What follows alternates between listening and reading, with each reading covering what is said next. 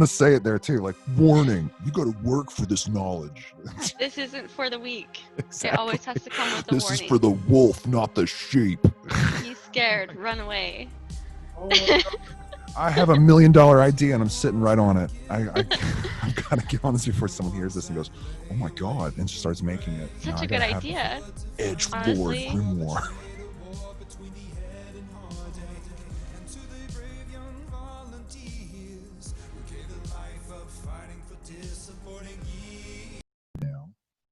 And here we go. All right. So I have with me on, I don't even know what the number is at this point, maybe 9, episode 9, something like that. I have with me Aequus Nox, who is an occultist amongst many things and podcaster. And I really wanted to pick the brain of the brain picker, I guess you could say, if you will. So how are you doing today? I'm amazing. How are you? I'm not confident enough to say amazing. Honestly, like, it's Saturday for me, which is always a good day because it's the day that I am off mom duty, is what I say. So I get to like do selfish things. I have 2 children, and Saturdays is usually like the time that I can just like let it hang out for a little while and just not have to do stuff. Yeah, just so like much. read for the entire day, or lately I've been wandering off into the forest because it's quarantine. So I feel like I need to get out. I'm like sick of being inside. Yeah, there's a lot of wisdom to going outside during like the quarantine, like outside nature, and I have not heeded the call at all. And I'm like right next to somewhere I could just go and just go travel. I'm outside of Louisville, like in the rural parts of it, and there's all kinds of places, and I don't go anywhere. I regret that now. You should, because it's amazing what you'll find. Like, I kind of have like a series of posts that I've been making lately, but every time I go out in nature, I find something cool. Like, a lot of people use like herbs in their magic. So there's this app called Picture This, and it's the coolest app. I don't know if you've heard of it before, but like, if I you're had a not. witch or you use herbs, it's like the best app, and you need it because you can take a picture of like a plant and it will identify it and tell you like everything about it. It will even sometimes give you like symbolism and stuff. So it will tell you if it's like poisonous, all of those things. So Wow. yeah, I guess I like to go in nature and like investigate and see what kind of like witchy plants I can find. So like I found some nightshade by my house recently, which is like a really baneful herb. So it's kind of hard to find, but I found it in the wild. So I collected herbs. Like I would go out and collect herbs before I ever knew anything about the occult. Like the medicinal parts of it always fascinated me. So it was, and it was weird trying to find like sources to like what those meant from this or that and that and the other. Like I was growing up in the 90s, so like it was a little different. Like that was when like way harder. I mean, it was and it wasn't. Like there were catalogs out there of there was like this occult revival that happened in the 90s, and and it was like there were levels to it, and there was like the Llewellyn level, and then there was like under that you could go like the Wiser or Wise level, one of those publishers like that. And it was a weird little time like that. I kind of loved that. I mean, I wasn't very old then; I was a teenager, but I kind of miss those times like that. But when you talk about like an app like that, or you just go out and take a picture like a tricorder, like you're from the next generation, and like and work it like that, I kind of like been all like, well, then your nostalgia is full of shit. That's better. Like so much better. It is convenient, even though it doesn't have like everything that like a Llewellyn book would have. It's still, it's got like a couple of pieces in there, so you can kind of get the idea whether or not you would want to come back and collect it. And then I usually will just try to cross-reference it in like a Llewellyn book or something, or just a Google search. Like, you'd be surprised how much you can find on Google. Like, I don't really always have to have like a book to learn something. Right. I could just like Google my face off for days. Exactly. That's what I'm saying. It's a double-edged sword. There's so much information now you can get a hold of, and most of it's verified. I mean, it's not misinformation. It's not like the old days where you could be like, you don't trust Google. Like now you can pretty much. And but it's like I've noticed at the same time it creates camps. like because there's this information and people come to it, and they usually come to information like from similar situations or backgrounds or whatever, and then like it creates camps of opinions. It's really weird and it's Echo fascinating to me. chambers. Yeah, and there's these tribes all throughout, and they're mainly from just data that people mine. It's really odd when you think about it. It's Yeah.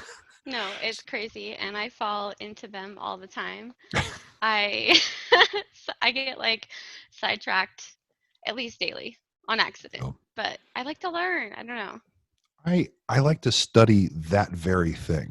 That's what I like. I like to look at weird things like that don't have a lot of information about them. You have to observe them to know them. You know what I mean? Yeah. I love Yeah. watching. I like watching trends that happen online, and cross reference them with another trend and this and that. It's fascinating. Now it's becoming big on YouTube though. Now there's like meme lore folk tailors, like who are just I like telling know. the stories of the memes. Like it's so strange. Honestly, like I don't even know what's gonna happen when I'm old. Like the internet now and magic now is intense. I don't know. Like we talk about the occult revival being in the 90s, and that was like when I was first born. So I don't know. I don't even know what to like expect anymore because it's gonna be crazy. It's going to be strange. It's going to be sit sit amongst me grandchildren while I tell you a story of keyboard cat and, and the Keck frog and Donald Trump. Like it's going to be weird. It's going to be a weird story. People go, that didn't happen. Like that absolutely, all that happened. Yeah, Yeah, that was real life. yeah. It's too strange. It really is too strange, but it's true. It's so true. But I think a lot of that happened from, well, not a lot of that, but maybe like the whole like 4chan meme magic allegations, that you know what I mean, that there was people that were not essentially doing occultism, Oh, but like we're essentially yeah. doing like I don't know, maybe World hypnotism. domination. Yeah, yeah, yeah. Yeah. And then going towards like this kind of chaos magic operandi of doing it. It's so strange. And it's like that's too much. That's too much to handle right now. It's like Grant Morrison, who did The Invisibles. It was a comic book that came out on Vertigo, like back in the day. It was a graphic novel. It was like one of those days. It's one of those like you would easily like meet someone who likes that comic book, and they're probably like unbearable. It's one of those. Unbearable. It was like one of those like hip comics. You know what I mean? Like where the people who like them are usually unbearable. But he did this weird like mixture at the turn of the century of like futurism and chaos magic and stuff like that, and it seems like we're going in this future, and it's really weird. It's Yeah, I know. And it's been crazy watching what people have been doing on like things like TikTok, which I guess is getting shut down now. But like TikTok has its whole own like magic culture that I never actually got involved in, and then I just, every now and again hear about it and see about it on Facebook. So, that's I mean, that makes sense. Now I'm getting used to that. I'm getting used to things like being like, well, that's crazy, and it making sense all at the same time. And just, yeah, okay, yeah, it makes sense. But it yeah. does, and they'll formulate their own, tribes of this or that and that and the other. It's so weird. Flavors, I feel like. People are weird. So how did you come to your Oh occult man. journey? I guess however you want to style it. My story is so strange. So, okay, I guess I always like to give background when I tell this story because it feels like why would I land in magic sort of because so I live in Utah, which is like insanely Mormon. Um, Right. Even still living here, I don't find that we have like a huge like pagan magic, like a cult community. Like we have people, but it's just not like some of the more popular areas. Right. So it makes sense I never ran into it, basically. Um, and so I live here under a rock. I wasn't religious, and I just sort of I had been in shops where they were pagan shops. We actually have like a handful of really good pagan shops, but I guess I just didn't understand like the purpose of them. So for like 5 years, I was like going into these pagan shops, not realizing like what these cauldrons and things, I didn't understand. Like it was just so out of my world. And so Right. I kind of dismissed it. And anyways, I got pregnant and I got like super, super insanely sick. Like I Mhm. almost died. Like I spent a year and a half like during my pregnancy, and then I had like heart surgery while I was pregnant, Oh my and it was God. just crazy. I like almost died. Right. So, anyways, after I almost died, I was just like, I don't know, I guess during that time I was like really trying to connect to something that was like religion, but it wasn't religion. I was like searching for something, I I guess is the feel. only thing I can describe. So, finally when it was all over, I was like, "Hey guys, I'm like going to Portland. I need a break cuz I'm finally healthy and I want to go on vacation." So, I had like during my like pregnancy thing started playing with tarot a little bit, and it kind of spooked me out a little bit cuz it seemed strangely right, and I was like, "You stop it." And so I was like trying to ignore my tarot cards, and I just got like this text from my friend, and she's like, "Well, you should read my tarot cards for me." And I was like, "I haven't done that in like a million years, but you know, I'll find them when I get back from vacation." And then my other friend is like, "Well, I have this girlfriend who lives in Portland, and she also likes tarot cards, so you guys might have stuff in common." I'm like, "Why does everybody think I just like tarot cards now?" Because I like still didn't know like what I was doing. So You're the tarot card guy at that time. yeah, Like, Aequus, hey, sorry, that's Shuffles. my real name. But they're like, "You just need to like read tarot cards." So I was like, "Okay." So I went to Portland and they have way better shops there. Like Right. compared to here, it's just I like can, I can imagine so the much like the better. contrast, So I was just especially like Portland, mind right? I mean, blown. Yeah, it's just beautiful, and they have, I mean, they're just like little occult shops everywhere. And like it was a different world for my little like Utah mind, Like I I was just so fascinated. I was like obsessed with these shops and the book selection. And so my friend, she took me to Powell's. I don't know if you've heard of Powell's. It's like a pretty big bookstore in Portland. Like, but they had like a section related to like magic stuff. And so my friend was like, "Well, here's this book," and she hands it to me, and it's called The Occult. And I was like, "What's the occult?" And she's like, "Well, it's just like this thing." And she like tried to explain it to me, and I was like, "I don't even know what that means, but okay." So so I like uh flipped it open, and there was a page that said Aleister Crowley. And I was like, "So who's Aleister Crowley? Is he like the guy?" And she's like, "He's a guy." And I was like, "He's a guy." Okay. What does that mean? So like all of a sudden, like Ozzy Osbourne's Mr. Crowley plays, and just yeah, it was just like so I was like, okay, so he's not the only guy that ever did magic or whatever, but he's a guy.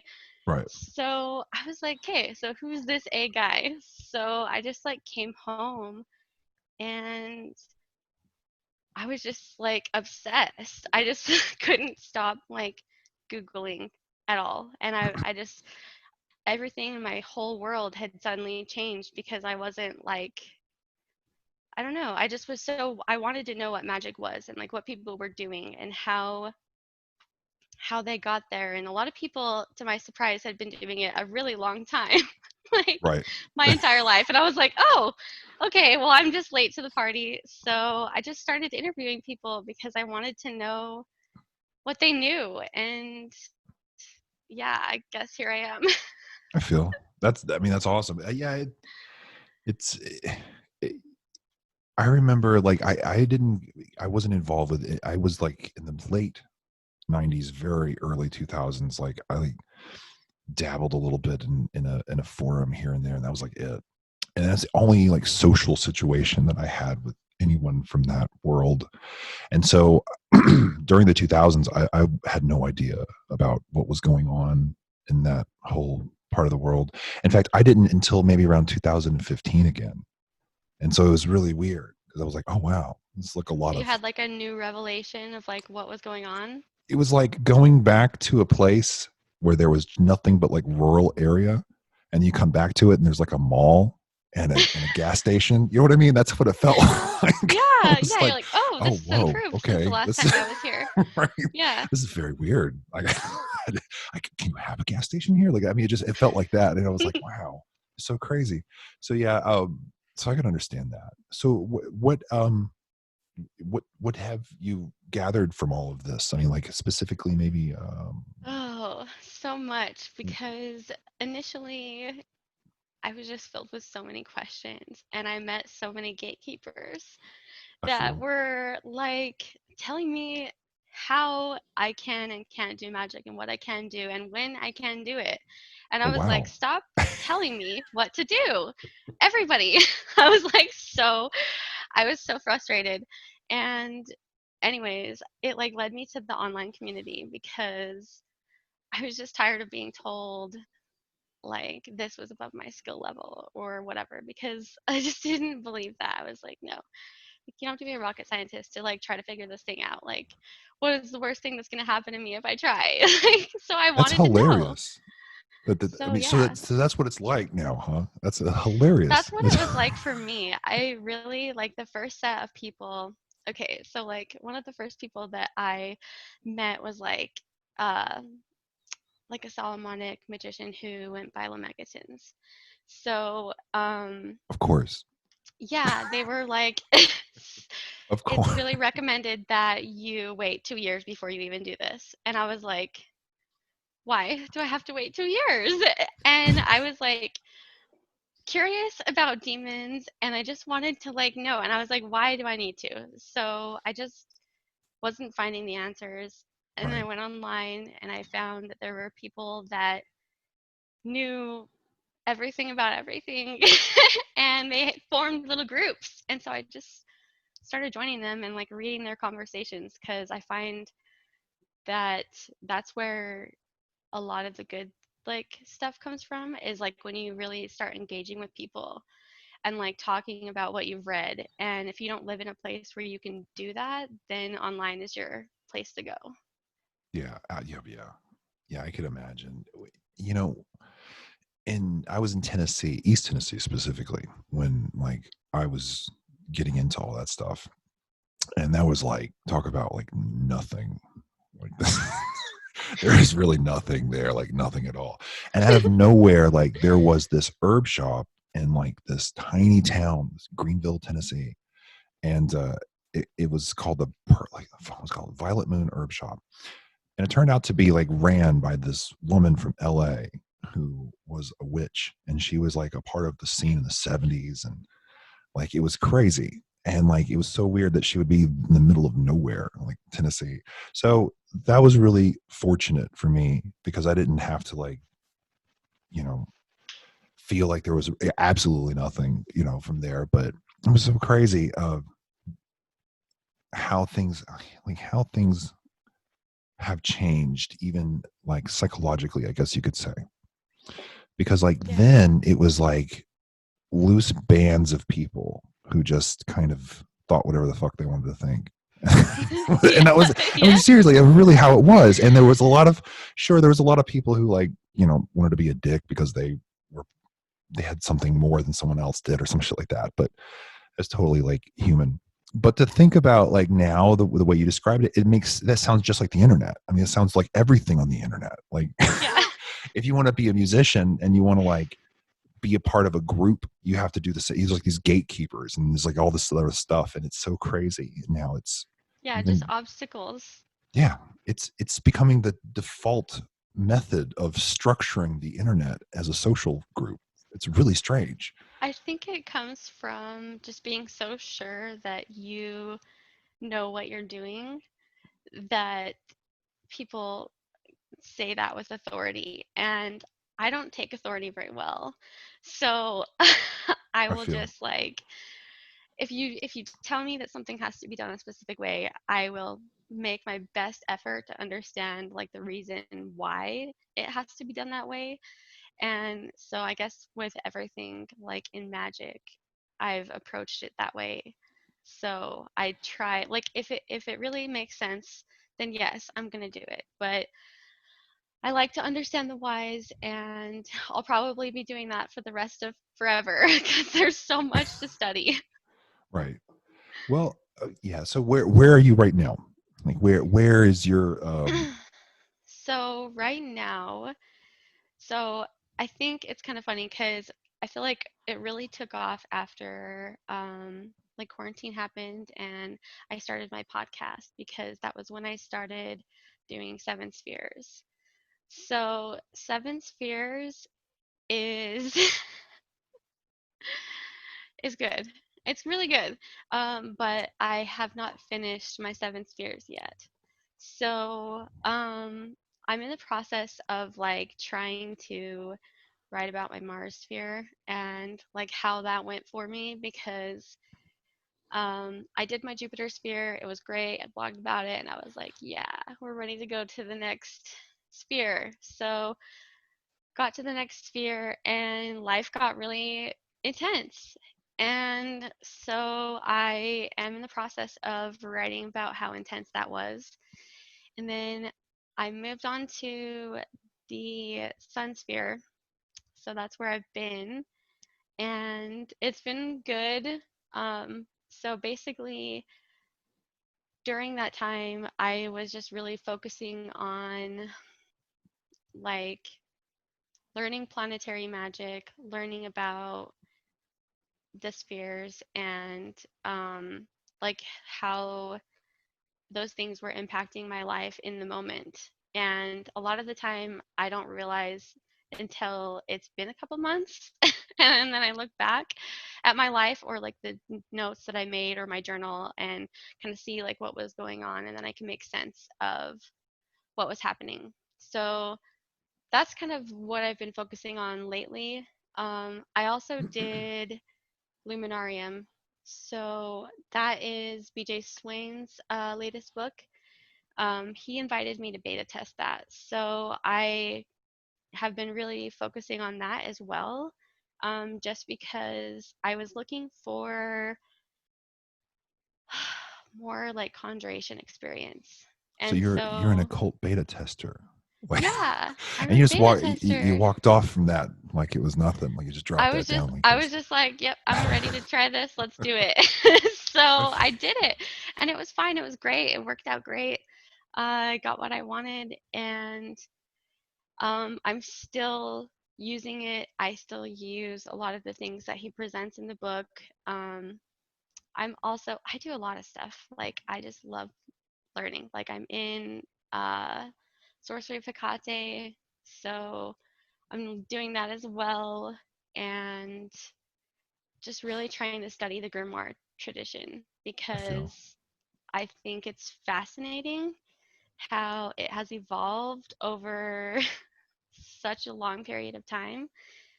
So, yeah, I just study and practice, and I'm hoping to get through all seven spheres eventually and then write about it, I guess.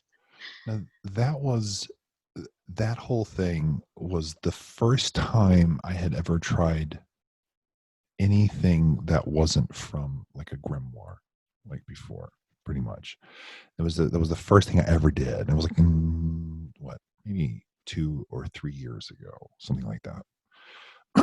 And I did that, like I did the 7 day thing, like the You whole, did? yeah. And I like have no, I welcome those kinds of things.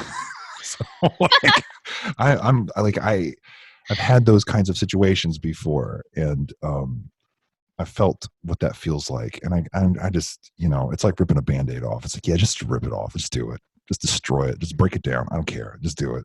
You have to sometimes be that way. You just, Yeah, or it we gets talked about drawn that a out. little, and I was like, don't know if I want to do that. it it gave me a temporary situation. I felt like where I was very vulnerable feeling. I was very emotionally vulnerable. Is probably the most emotionally vulnerable I'd ever been in my life, I would say. Like saving a natural event, like a child being born, or or Yeah. someone dying. It was probably the closest thing to that, though. It was very strange, and I wouldn't say it was like being in love or anything, because it wasn't. It was more like it felt like that natural event, when you're watching like progressions of life, Yeah. and it's that kind of vulnerability. Is a weird vulnerability, and it was loud enough to notice. You know what I mean? Like in your life, you're like, oh, this is really weird, because it's like I can't. I guess like if I wanted to like really grit my teeth, I could maybe stop this, but like it really doesn't feel like you really can.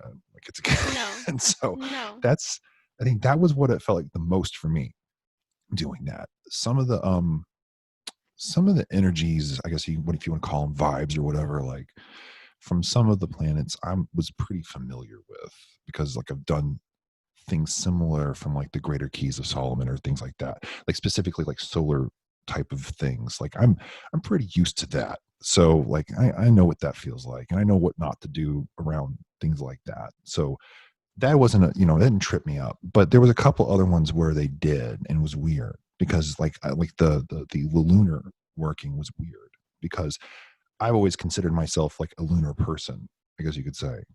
So I mean, I'm a Cancer, and I've just always been that way my whole life. I've just been kind of lunar, I guess you could say, waxing and waning and emotional and things like that. So Same. I really didn't feel like that was going to be a big deal.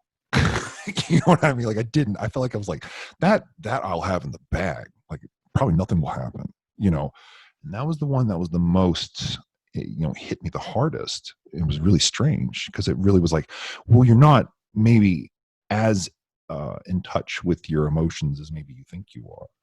Maybe it's all like narrative driven, and you're just like, well, this is just the way I am. This is who I am. Blah, blah, blah, blah. And then like you just relied on it for so long. Yeah, for sure. Yeah, no, I definitely have learned a lot about myself. I've changed. I think that's kind of the most interesting part about getting in the occult so early and starting online so early. Like, I just threw myself on the internet and was like, hey guys, I just got here, but I came to talk too. So I have changed a lot just already in the last year. Um, Mars hit me really hard. And it's okay because I'm fine now. I learned a lot and I'm glad, but I'm definitely different. So, but that's for a good thing. So I'm not I mad at feel. it. I understand. Yeah, when I was 15, 16, and all the way up to like 18 and 19, I was really involved in Santeria. So I was like, and that was the first time I had ever heard about something that was like a trickster of any kind or anything like that. So I was, I've always been ready for like shit to get wrecked, because I was always interested in that idea, anyways, like a trickster of something, like a mercurial being that is like that. So for me, like anytime like I would read throughout years and stuff, and I would not really want to do anything that I've read, but I did read about that one, and I was like, that might be interesting. I understand what he's doing with it. You know what I mean? Like I get it. Like it makes sense, and I'm like, yeah, that this is like to the point. This is like a lot of there's like a lot of in my opinion, like a lot of greater keys work, but put into encapsulated into like a very, very tiny bit of time to do it. And I'm like, I like that. I like that a Yeah. lot. There's not like endless and endless and endless things to do and endless things to draw and endless things. You know what I mean? And it's like all of those shoved into like a pill, and you just swallow it, and then like you do that, and that's it. And I like that idea. So yeah, Yeah. I did. No, I like that idea too. I've never done anything with Santeria, but I do like when things are less complicated. And that was one thing that I thought was really cool that BJ did with Luminarium, was because he really just like presented this idea that I could take this book and I could read it. And when I was done reading it, I could gather all the things I needed from it and I could conjure a spirit. And I was like, sure, okay, I'll do it. And everything just seemed to like fall into place. Like it really was like a couple of weeks, and like everything that I needed was easy to find, but it wasn't too complicated. And so I was just like, yes, finally something that I can like do and get a result quickly and keep practicing rather than like a wreck my life situation. Right. Because I like I appreciate that because I do think it's interesting. But I guess because like I'm a mom, I try like not to wreck my life too hard. No, I So understand. I do. I think I think you have to have, I don't think it's really like a better or worse situation. I think you just have to have your life structured a certain way, and then you can do that. If it's not, then it's not. And I don't think it's really a value judgment. I think it's just it is what it is. Like I think I've always been that way. That was literally my life. I just took to, like, I put my stuff in storage one time and just took to the streets and just left. Had my guitar and a pack of tarot cards and like a couple of dollars of cash, and like went couch surfing. And then around that time is when MySpace started to come out. So like I started using MySpace to like couch surf some more, some more, and honestly, just go that's around a and around. really good way to use MySpace. It Resourceful. it was I wish I was the first. I wish I could say like I made that, but I just stole it from someone else when I It's was just like Craigslist, but with right. profile pictures. It's true. It's true. Like, and it was, I would just advertise, tarot card readings, or, back then you could actually play guitar and get around some places. Now you really can't. Like, it's kind of douchebaggy now, so you can't do that. But back then you could, and it would get you quite a bit. So it was like a bardic existence for a while. It was pretty cool. Honestly, it sounds really fun. I think that's something that I would have loved to do before, but just like now I'm just trying to just like improve the situation that I'm already in and just like make sure that I stay afloat and can keep learning I long enough totally, into totally my old feel age. right. I feel, yeah. I mean, like at this point in my life, I'm a lot more permanent because I have two children. I have a whole family. So, and like we Well do like a played. record label here. So like a book and record label. I'm thinking about publishing a grimoire and then seeing, making like a series of that, and like publishing them, because a lot of people have been doing that lately. And They I'm like, are. I want in on that. Like, It's honestly like it is it is so crazy now. And I as much as I want to say that I'm mad at it, I'm not because I really love reading people's flavors. And it's hard for a beginner to like even know where to start because a lot of times I read something and I'm like, wow, this is going over my head. Or I'll read something and I'm like, no, this is too simple of an approach for me and I would like something more involved. So I guess that's part of like the fun part of like this whole boom of books that are coming out because you can like read people's takes. And I know a lot of people have blogs and stuff too. Um, but it just kind of like proves the point I'm always trying to make, which is that like magic is such an individual path, and a lot of what people do is take their favorite thing that they learned from somewhere and integrate it and then do something else. right. So, yeah, so I guess I've just been trying to pick up the things that are cool to me and see if they stay in my practice or if they don't get me what I'm looking for, I guess. I feel so. Are you going to pursue this podcasting thing like for a Um, while? You can, yeah, I think so. It was really stressful during the Mars sphere. I feel. So I was like, you guys, I can't do a podcast anymore. I need to chill. But I think it's going to be something I'll continue doing because I see myself in like the occult and magic for a long time. I do want to write my own book someday. I just don't know what it's going to be about.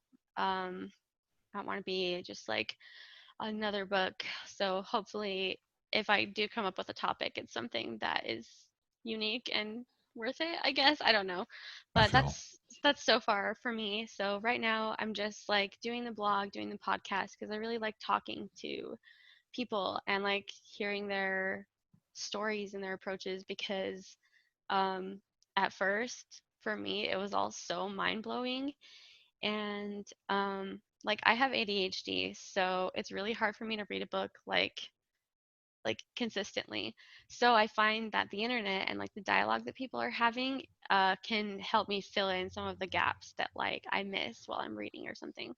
So yeah, I guess that's why I love my podcast because I get to talk to people and pick their brains and uh, just kind of like see where they came from and what they like. Yeah, I sit on the sidelines and watch like the occult world evolve. It's very interesting to watch it, to watch how much the internet has changed, and not just changed because people can talk to people, like not beyond the obvious reasons why it would have changed it, but like the culture that is emanated that has the internet in its blood. You know what I mean?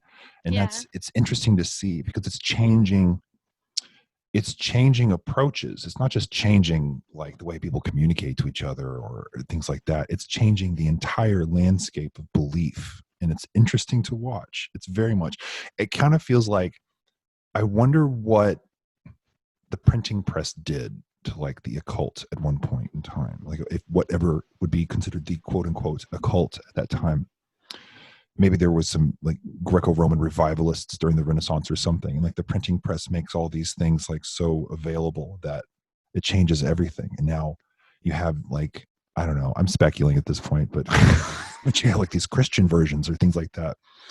It changed it forever though. You know what I mean? You don't know what came. It's like somewhat before some of these things. We can retcon some things like, oh, this was like a god from this time or a goddess from that time, but some of those like books that were made, it's like you don't really know the history before this. And this has been modified a couple of times. No one knows really where this comes from. And yeah, it's fascinating because it's like that's gone forever.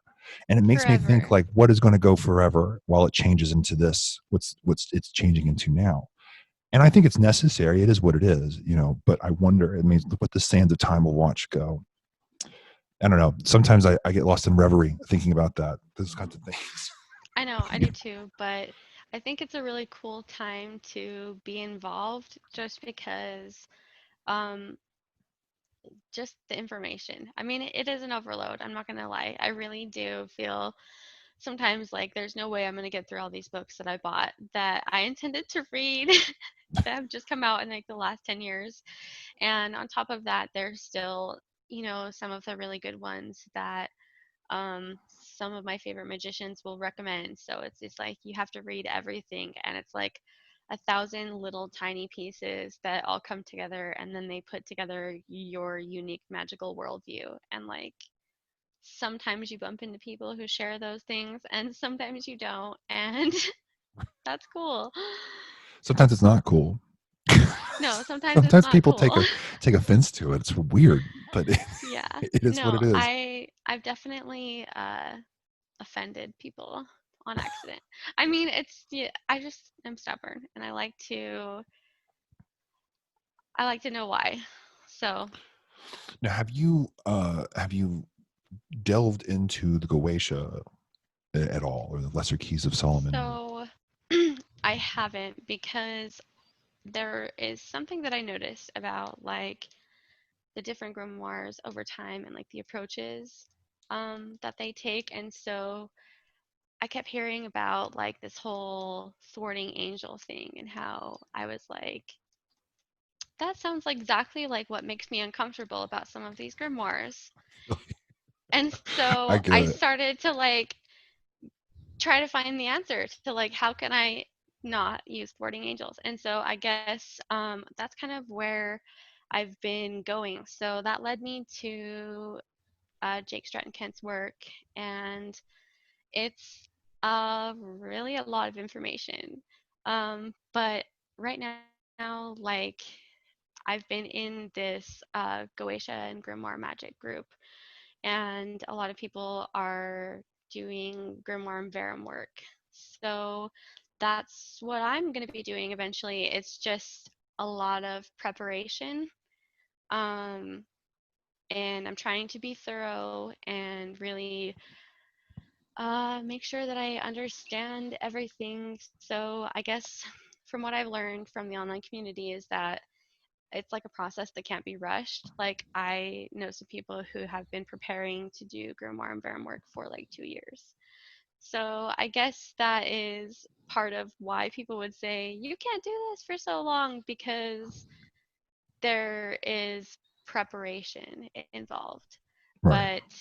But um yeah, like a lot of it is just tools related, and um I just want to make sure I do it right and with respect. So that's really I feel. important to me.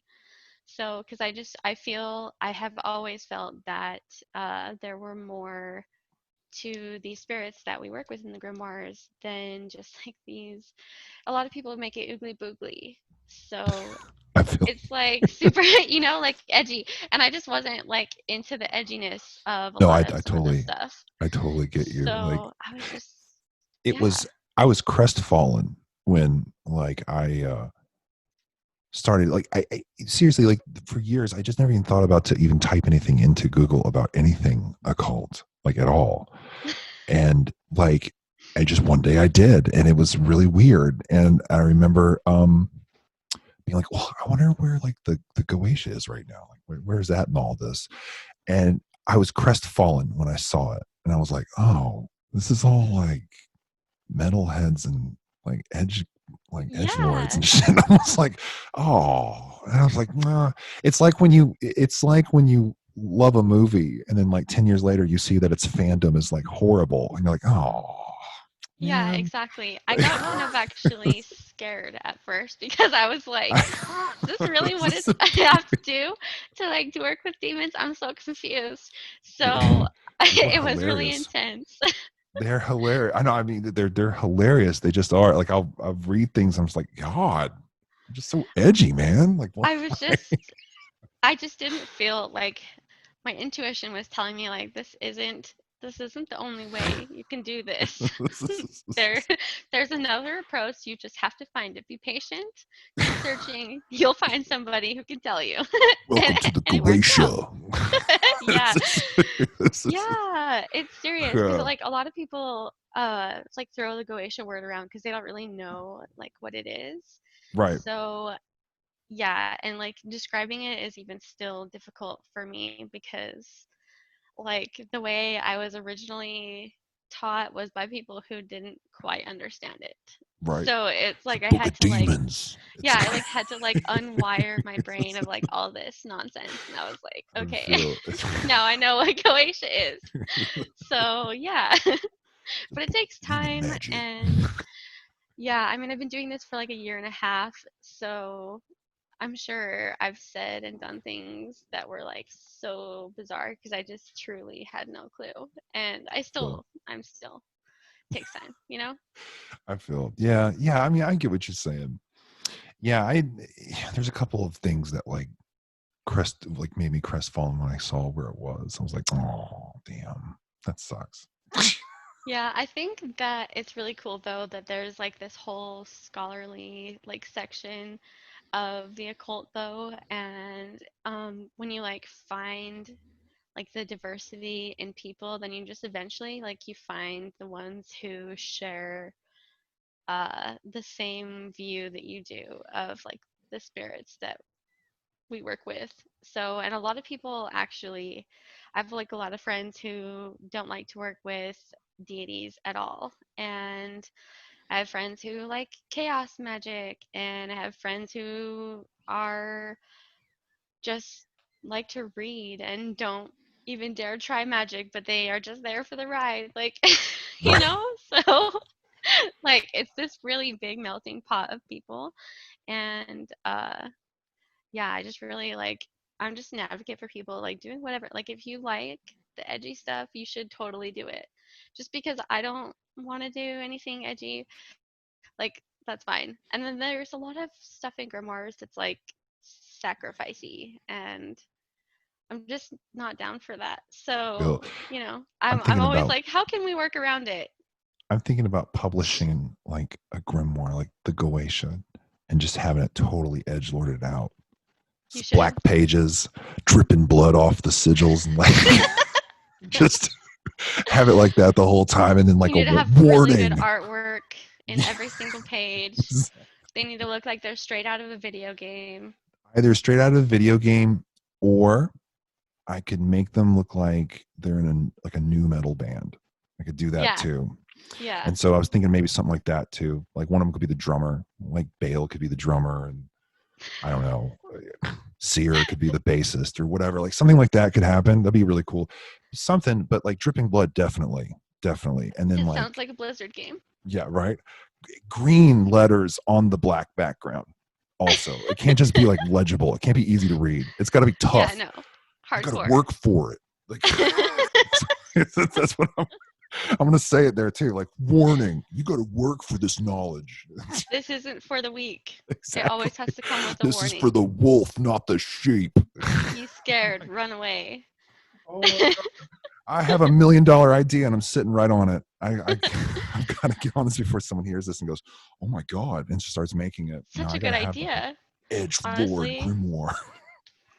I have I have so like much expectation for this being an actual thing Right? because the occult, I mean, it's unique.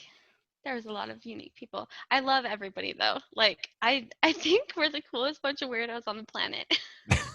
Well, definitely better than flat earthers. So, I mean, Yeah. things like that. I mean, that's, that's the competition. Yeah. Bigfoot people. Don't get me started on Bigfoot. I grew up in Virginia Beach where there was a lot of New Age people. Like, that was when New Age was really big, and I'm talking like you can be as unjudgmental as you want, and you will be forced to judge these people, these kinds of people. These were like way out there people. These are like people who would walk around barefoot and like touch you to see to feel your energy Oh and yeah, I shit know like those that. Like, kind. yeah, like Those way are over the the kind we edge. have locally here. Oh, oh god. See, Yeah. I'm cool with you until like you involve me. You know what I mean? Like Yeah. that's how it is for me. I'm like, you got to be involved. So now, like, but but growing up there, like, I had when I went to Tennessee later on, but like I grew up in my formative years in Virginia Beach, and I would go to this hippy dippy place called the Heritage. I wonder if it's still there. I don't know. And it was this big bookstore was in there and a health food store at the same time.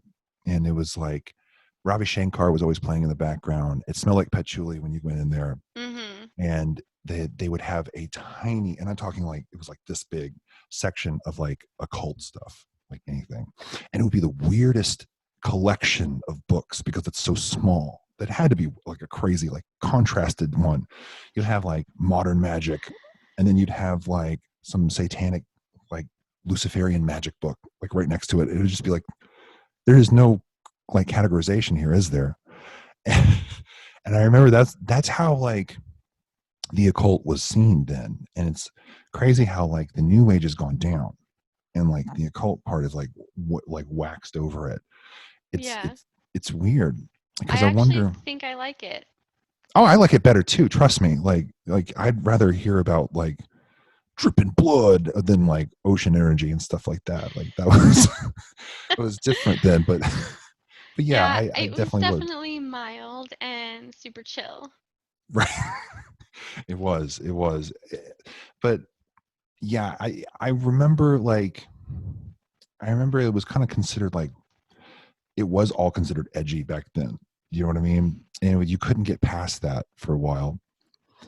I kind of I guess it's kind of why like I always separated away from like all that for the longest time because I was always like, I'm not really like into anthrax, so it's Yeah, okay. that makes sense. It's like how like Elvis Presley was rock and now we have like, I mean, if Elvis Presley heard some of the stuff I listened to, he would be like, "No, absolutely not." That's not even in the same. So, yeah, it's definitely evolved over time. I think that the coolest thing though is that um we have moved away from some of the more new agey stuff just because I mean, I don't know, maybe I'm just biased because that's when I arrived. So I was like, yeah, everything's cool now. But like I remember I think being exposed to some of the new age stuff um from like family members, and like I remember when like The Secret was really big. Oh yeah, And I remember that. so like my mom had that, but I was like a kid. And so yeah, it was just a very different time. And we do have, like I said, shops that are local, but their book sections, I mean, you can't even go to the used bookstores and find anything on the occult here. Like it's actually impossible to find a good occult book. I mean, unless you go to Wow. Barnes and Noble, technically, they have probably the best selection, which is something I would have never thought to look at before, because I have been in Barnes and Noble my entire life and I never like found that section of the like they actually sell tarot decks there. You can go buy like my very first deck that I bought, you can actually buy at Barnes and Noble. And it blows me away. Behind the counter, right? That yeah, I think I remember seeing that one time. Like they had It's like a like I bunch feel of like it's them. by their like board game section or something, like I off thought they like were. tucked away in the corner. So what was your first deck that you started on? So it was the Wild Unknown Tarot. And um I know a lot of people start with some more like older traditional decks, but for me at that time, they were all the same. So I was just looking for like artwork I connected with that seemed cool, that would look good on my shelf, because I at the feel time it was kind of like a superficial thing, you know? So I was like, right. sure, let's see what this is. But the deck actually ended up being like my best friend, because it's always insanely accurate. Um, and what's crazy is that when I went to Portland, unbeknownst to me, I walked into the shop where the Wild Unknown was created from. Oh wow. So there's Okay. actually a shop in Portland that's called, well, I can't remember. It's called Psychic Sister now, I think. But at the time, it was the Wild Unknown. So that was where Kim Kranz, had a shop, and she's the creator of the deck. So, but at the time, it was just something aesthetically pleasing that I could use to test and see if I could get answers that was less scary than like a Ouija board or something. I So, feel but honestly, I still use it. Like it's my most trusted deck, just because I've built like a relationship with it versus some of my other decks I bought. It's you like learn, because they all have their own like book, and they all can be drawn back to a same like symbol set, but I feel like they all speak to you in different ways. no. I agree. I agree. So Yeah. yeah, so I it's like kind of a quest to find the one that like talks to you the clearest. I started off with the Rider Waite deck, and A then traditional deck. yeah, I started off with the good old fashioned one, and and then I moved to the Toeth deck because it was Aleister Crowley's deck, and Yeah. I like that later on in life that became something that made sense to me, but back then it really didn't. I could not connect with that. But then my favorite deck of all time was the New Orleans Voodoo deck.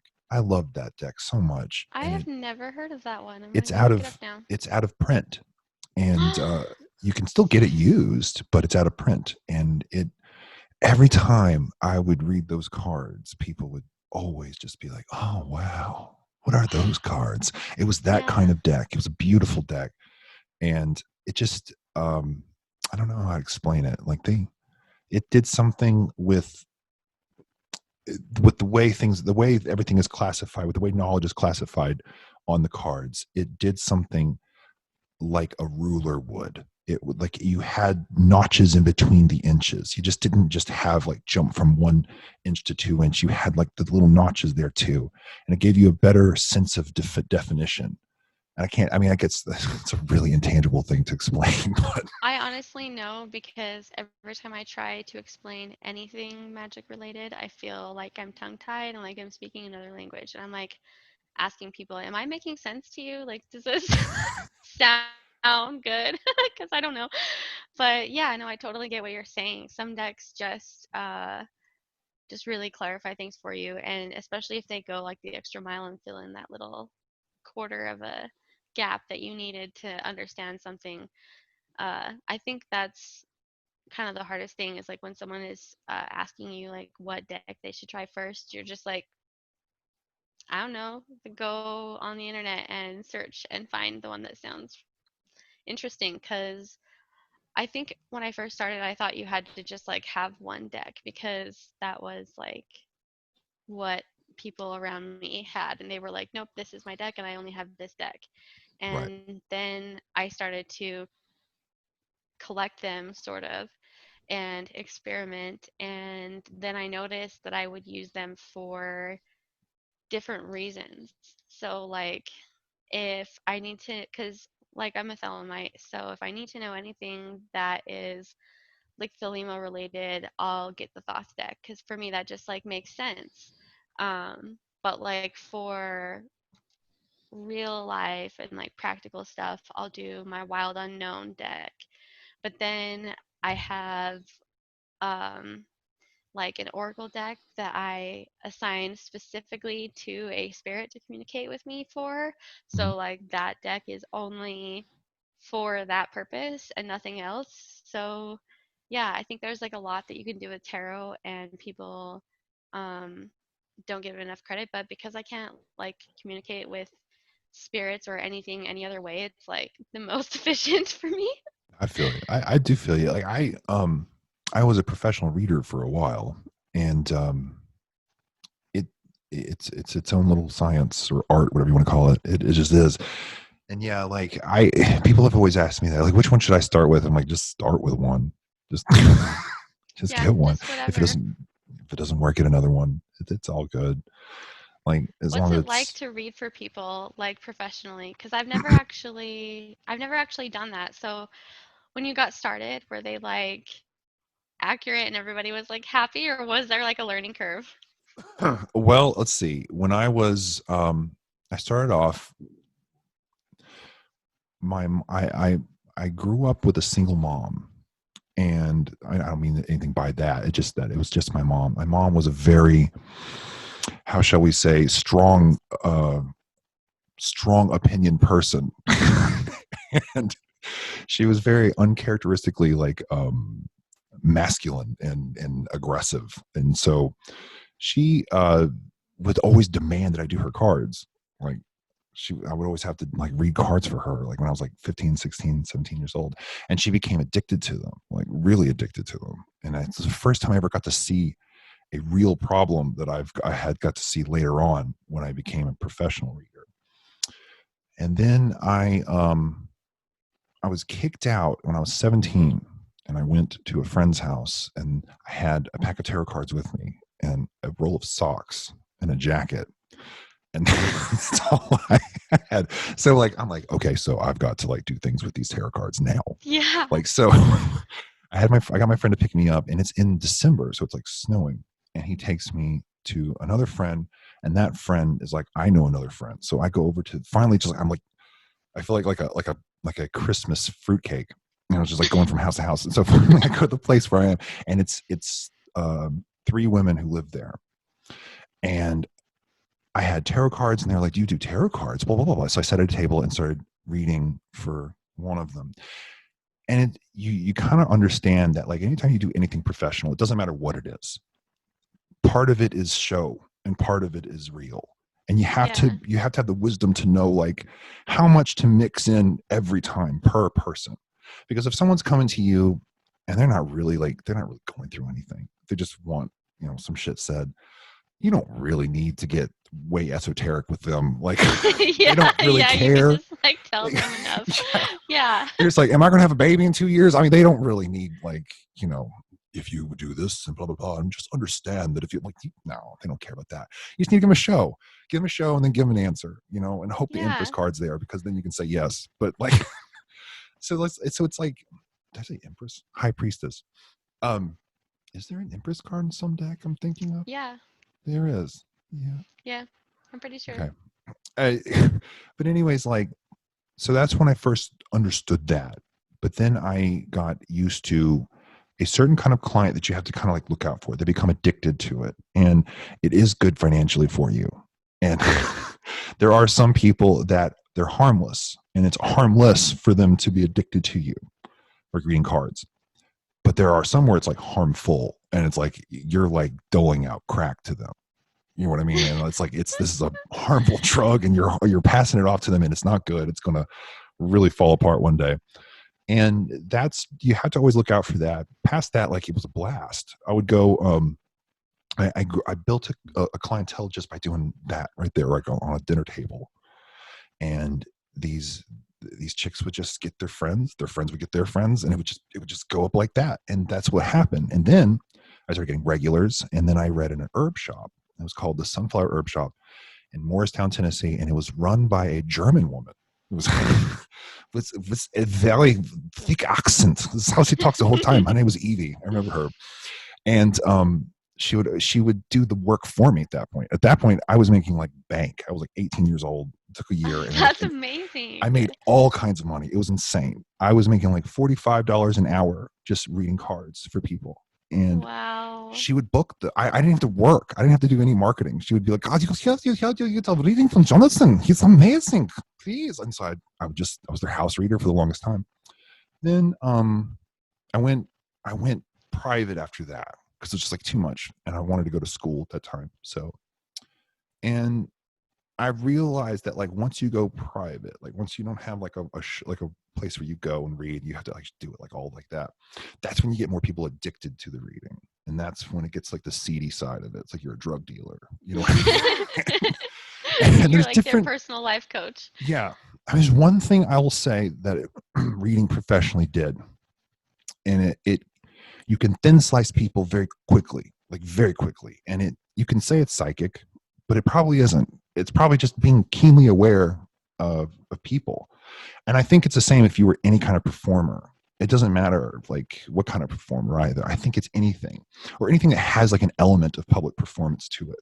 You learn quickly, because like this is how you pay for your dinner. So, like you get like, this sense. Figure it out. You do, like, because you have to know.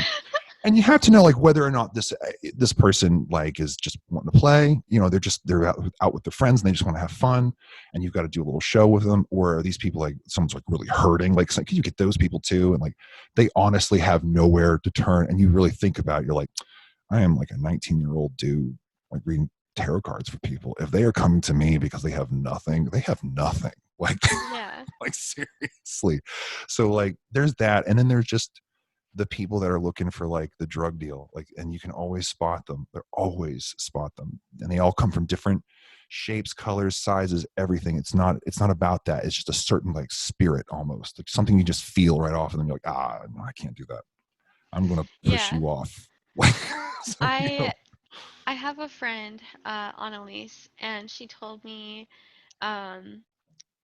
about her experience reading for people, and I thought that it was so fascinating to hear the types of people that would come in for a reading, because it just blew me away. Because I guess I always thought that people were super close-minded, but I guess like even people that you wouldn't expect, like super religious people who probably don't even know about I magic got and the occult. super Yeah, Christian people. they will Yeah. come to you and ask you for a reading, and you're like, for real? You They want will. to hear what I have to say? Okay, I'll tell I you. had people even confirm to me that like what I'm doing is evil, but please tell me. Like, But please tell me. like seriously, I'm not Seriously? even joking.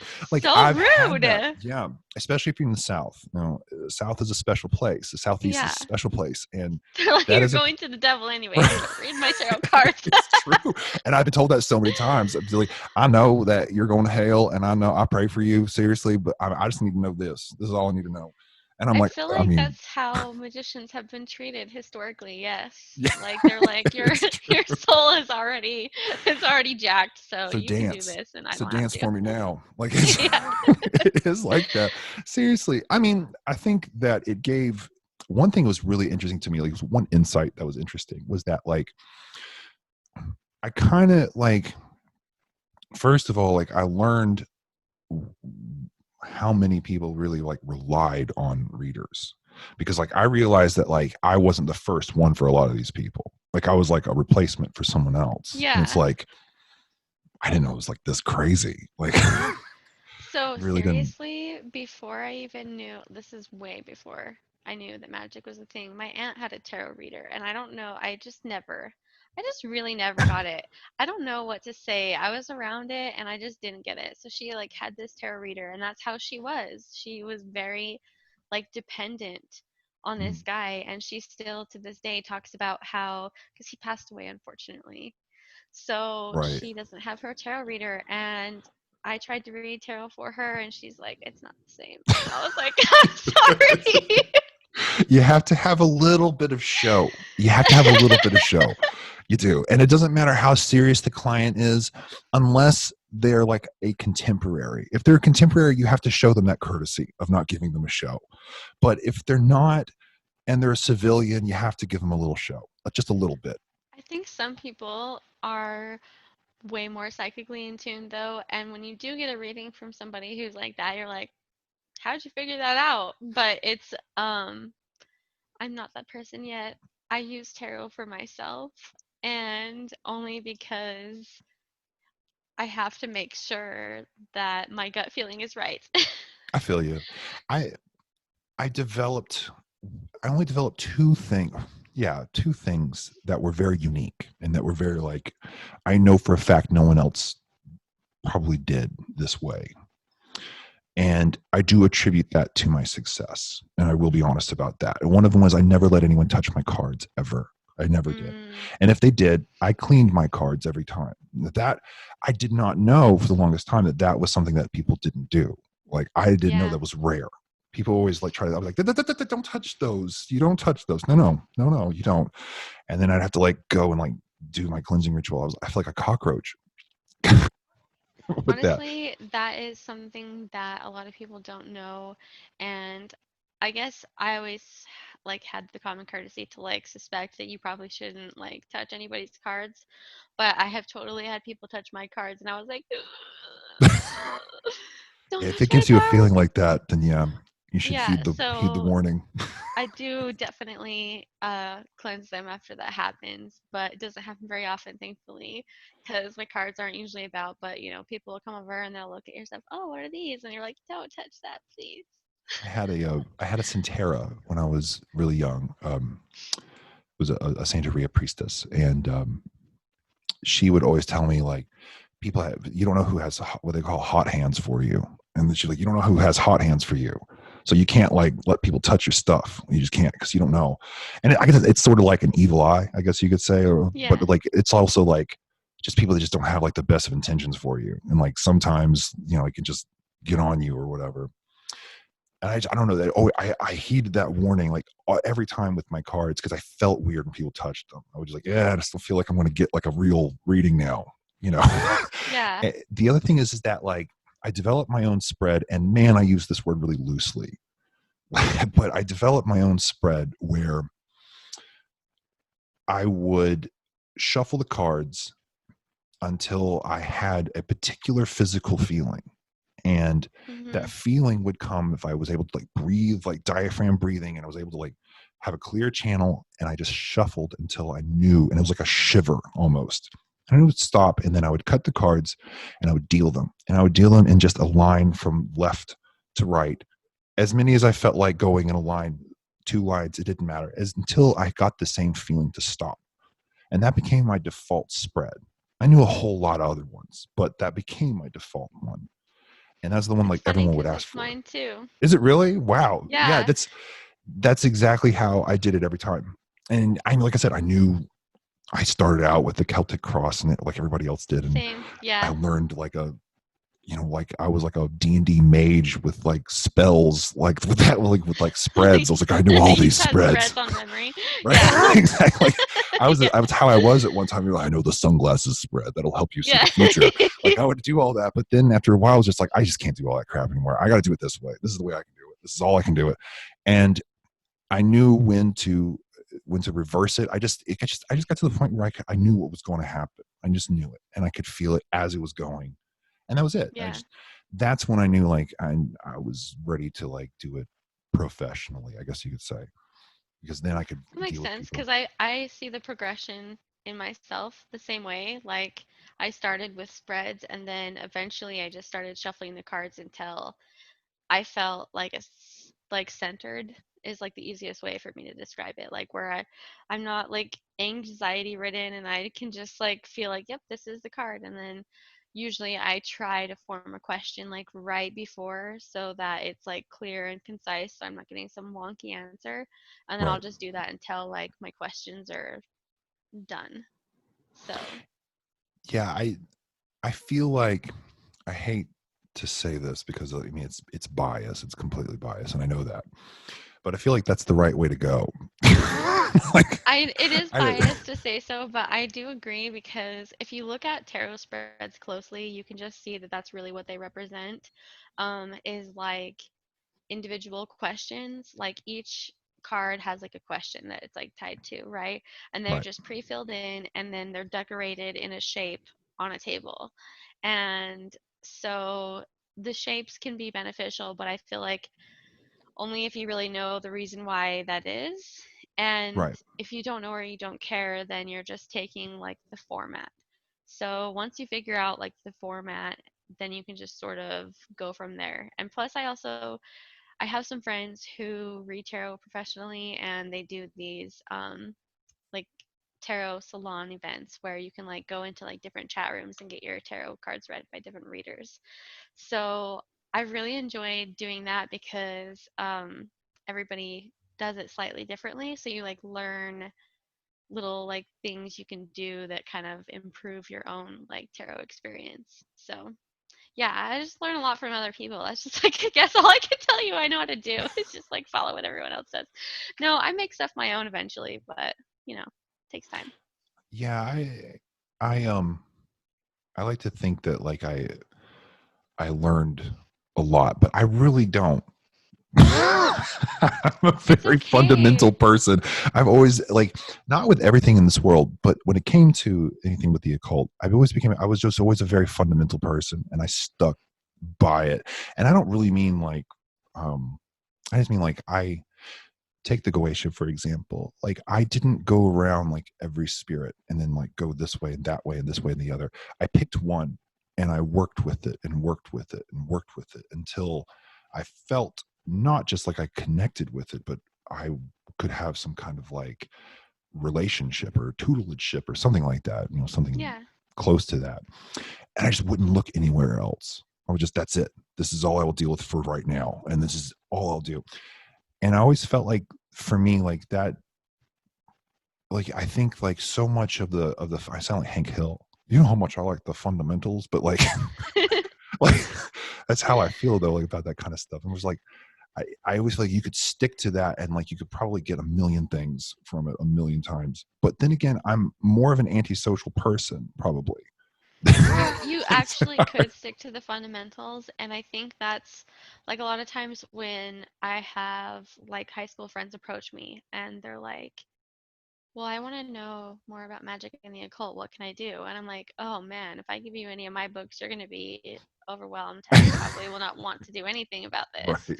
So I'm always like trying to find, because I don't know how I skipped them. I skipped a lot of the fundamentals and I just went like straight for the hardcore stuff. So I guess like I'm still in the process of learning like practical magic and stuff like doing small things for yourself or building smaller relationships like with local spirits or your ancestors, for example. Like those were things that were never even on my radar in the beginning. I And feel so, but I wish that they would have been, I guess, because it's like, I mean, you really, it's a great starting point, you know, and if you want to delve further and further into the occult, you can. that was that was the starting point for believe it or not, Santeria. When I first spoke to a Santera, she said to go and do this kind of this table with like cups of glass. What the hell am I saying? Cups of water, and this big central cup of water in the center of it, and like you put a little Florida water into. Anyways, long story short, it's an ancestor thing, and like Yeah. that's like the very first. You don't, you know, it's the very first thing if you ask anyone in that religion or that's the first thing he'll even tell you. It's like you start there first, and then let's see if you even like that, and let's see if what they have to Yeah. say. about what you're trying to do here before you learn anything like that. But interestingly enough, like that was the only real tradition I ever really followed, because after that, everything was just by myself. But for me, I read The Sacred Magic of Abramelin the Mage, and I read the text. Okay, like the all of the word, like the text, not just like I didn't go right for the chapter. I read all of it, and it frightened me because like he was so like, this shit sucks, this shit sucks, this is the only thing that works, motherfucker, this is how it goes. And it's like, oh fuck, I didn't know that. Oh, okay. And he's like, and if you do it any other way, I swear to God, some shit's gonna happen to you. I'm like, okay, I won't do it. And so it terrified me. A part of it, like it always terrifies. I was like, I will only do it. Okay, I'm gonna do like stay in the straight and narrow, like that. And it did that to me for the longest time. So I had the exact same experience, and I was thinking about it today, so it's hilarious that you brought that up because it was one of the first books I read, and I was so terrified. After it's reading about all the demons, I was like, this is intense. Like, I don't know how I feel about this, and I'm really scared, and this is more like religion than I thought it was. It's kind of like what it's like where I was. But I was just so fascinated because I really wanted to know like the Holy Guardian Angel thing. And I'm right. like still on that quest, but it's like the most complicated topic of all the topics you could ever talk about. And but that was where it started for me was the sacred magic of a Brahmin maid because yeah, it totally did instill that fear in me. And uh, now, if you were to go back and like read my journal entries when I first like figured that out, they'd probably be like hilariously cute because I was Right. like, I thought I had nightmares for like at least a day or two. Yeah, because he's So even like, fuck astrology. Your planetary magic's bullshit. Like, maybe, yeah, like he yeah, really got specific. I'm like, ow, I felt yeah, that. Like, like I yeah, just got done reading the Keys of Solomon. Like, God, you just telling me it's yeah. bullshit now? But See, yeah, I did the opposite. I read the Bromelain and then the Keys of Solomon, and so yeah, I guess I just sort of kept searching for books that were similar, but I just really was fascinated by the old times because no, I everything feel new you. seemed like it was so um It was softer. yeah, Like, exactly. yeah. Things that Thank are you modern for are a hell finding of a the lot word. more softer. Like they really are. Things were like harder then, and like it seemed like it should stick. Like Yeah. it just, Yeah. There was a yeah, lot I more totally get it. effort, I felt like, but I guess I wanted to know why there was like why did he have to put in so much effort was like the big question. I was like, what is the purpose of this massive undertaking and why are things this way? But that was like that was the key to like all my questions. Right. And I would love to read it again because I bet you the second time I read it, it would be like hilarious and cool because I would know so much more now. There are some poignant moments in the text. I think I repeat this a lot, but one of the things he said was remarking on doing the squares or making squares and doing the operations. And he remarked on it like it was painting, like a painter who's training how to be a painter, and that each painting gets better every time, and that you can't expect a masterpiece off your first time because you suck as a painter. And I was like, that's simple, but that's, as far as grimoires go, that's like profound. That's like probably the Yeah, that's most huge. advice you'll ever get from any of these kinds of books. The rest of them don't say shit about that kind of stuff. So it's like, oh wow, I felt like I leveled with him for a moment, and I had a human moment with old Abramelin, or Abraham of, is it Abraham of Worms? I can't remember. Abraham of Worms, Was it? Yeah. yes. I so like I When you reread it, sometimes you'll find little gems like that. I think in the Grimorium Verum it says that a magician is born, not made. I can't remember though. Maybe it's in another grimoire, but that's in another one too. I try to collect human sayings from some of them, that where it's Yeah, not like talking down to you or whatever, or giving you instructions, but like you get a real like feeling from that writer, whoever they were. And I remember them. But yeah, like it's reading it again is interesting for that reason, but it's still fascinating how much of a minimalist he was. And I personally felt, and I could be completely wrong, but I personally felt like all of that HGA stuff was really like at that time modern version of like contacting your daemon from like the Greek days, like the Hermetic Yeah. days. Yeah, exactly. So I always felt like, it was like his take on it, but it was a fascinating take on it, because it was in some ways very different, but in some ways very much similar to the way they would have done it then. It was all in silence. It was prayer and adoration, and it was, discipline, and it was then, waiting for maybe dreams to come, visions to come, things like that. Because they would have like these temples where, like back in those days, there were the temples where like you would blindfold yourself and sleep in them, and like I think it was the Temple of Isis. Now this is like when it was like Ptolemaic, when it was Greek and Egyptian, not just pure Egyptian then. And that's what you would do. And I'm not mistaken, you would pay a fee to go in there to get a revelatory dream from that deity at that time. And that was a pretty common practice of stuff like that. And so it Yeah. always seems very similar to me when I would see that. I'd be like, oh, okay. So it's just like contacting like your daemon. So like on Yeah, Socrates. it's such a complex topic because like so what I started doing was actually like asking people who felt like they had contacted their holy guardian angel, like people that are Oh alive Lord. now. So I just wanted to like know. But there's actually, so have you ever seen the Holy Guardian Angel book by Nephilim Press? Is that a collection of essays from different? Yeah. Yes, I have seen that. Yes. So that is an amazing book. Every time I read it, I learn something different. You will see that it is almost nobody agrees. That's really what the answer is that Right. nobody's story is the same. Everybody finds it through a different means, and um, some people will argue that there is more than one. Uh, so, like, there's a chapter that has recently intrigued me in that book where Conjurman Ali talks about in like some Eastern traditions, there are, you could like have two to like four, I think he said, and you would have like a holy guardian angel spirit and then also like a personal jinn. So, which is something that he said is closer to like the Grimoire Verum. So I thought that was really an interesting like little Easter egg that I found in the book that kind of changed the way that I was looking at the whole topic. Because yeah, like all the essays, they really are unique.